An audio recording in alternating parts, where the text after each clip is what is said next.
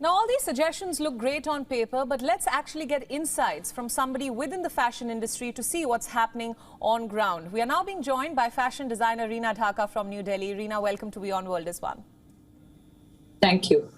Now, my first question, the argument against sustainable clothing or slow fashion has always been it's more expensive to produce and buy. As a designer, how do you meet the consumer midway? Will high prices stop consumers from investing in slow fashion? It's not true. Thanks to the awareness, even what you said today itself makes one person realize that these are achievable targets. One can buy a product and wear it 30 times. And thank you, I also learned that. And so today, yes, there are ways where we are recycling the fabrics. Certain brands have become huge in the world, like Marina Sere, because what they are doing is picking up old stocks, leftovers, and then either they're dyeing and recutting them, or some of them are going a step ahead and recreating a yarn and reweaving it. Those we call recycling. Also, I feel as designers, what is an achievable recycling is there are many clothes in our closets which we don't wear. Right. Maybe we can recut, rewear them. Or in India, if you go back into our simpler days, the best systems were there wherein saris were worn. And post that, when the sari got too old, we patched it or turned it into a quilt or some kind of a, cushion cover or something. Those systems I thought were perfect. Also, a sari doesn't involve cutting, so there is no wastage in it. Why it is slow fashion is more expensive is like I went to Kota, I've done work with them. The weavers use a very organic kind of a method to make those Kota saris. But a single person creates this much fabric organically by the end of 3 days. So the cost increases because his labor and time increases.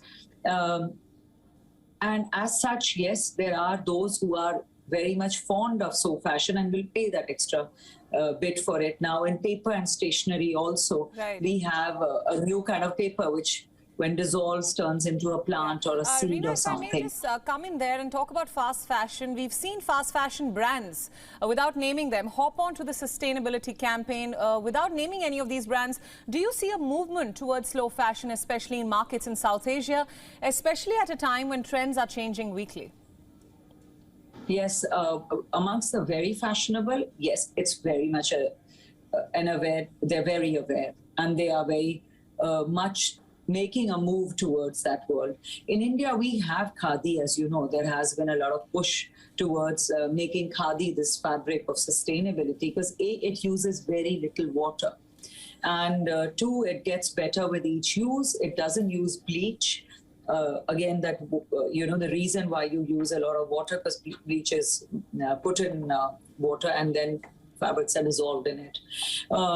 So we have had our government of India, or governments of India even in the past, really go ahead and push and make the younger generation aware of khadi and its merits, especially as we move towards sustainability. On my part, I feel, especially in men, you have so many shirts they don't wear, but they buy consistently.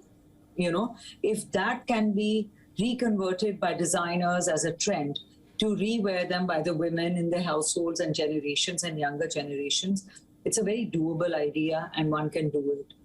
But since you're a larger platform and you are talking of mega companies, the biggest of brands all over the world, whether it's a Zara or a Gap or those the mega brands, they buy out of India and China. Right. The That's design exactly which what I was developed, referring to, yes. Yeah, the design which is developed, because we've been exporters and we work with these brands, all require a certain format wherein a pattern is cut in layers over the mountains of cloth. And those put aside selvages, the wastage. Now, daily out of a factory, hundreds or thousands of kilos of that fabric is thrown. Or sometimes they sell it for like up to 3 rupees a kg. If you go to in Delhi's old Delhi, where the Gandhinagar side, we now have a landfill mountains, not one. We have more than one mountain I of think these the katrans and the byproduct fabrics. wastage is something that you've thrown light on, which is also something we've been addressing. Just a final question there very quickly.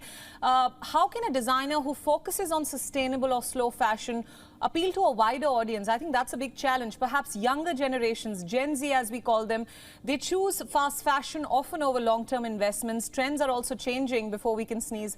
So how do you react to that?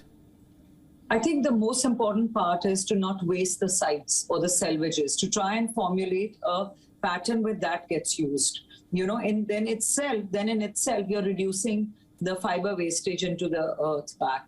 The other thing is for clients to realize that we are happy and willing as designers to refashion the old products, whether they are ours or others, at a price, and so they can reuse it. Third, I would say is, as I said, I want to do a line of older, leftover shirts, and I make it contemporary and I sell it. The harder part is to reconvert the ones lying in the landfills as yarn, reweave it or refashion it. That's still more challenging. And as designers, as people, I'm going myself into a fashion week, we have used a small degree of recyclable products, but not completely. Right. But yes, going forward into fall and in winter, patchwork, these kind of trends need to emerge and people need to start wearing them in weddings, and refashioning needs to become a mantra. Right, Rina, thank you so much for all those inputs and thanks for joining us on WION's Climate Tracker. Thank you. WION World is One is now available in your country. Download the app now and get all the news updates on the move.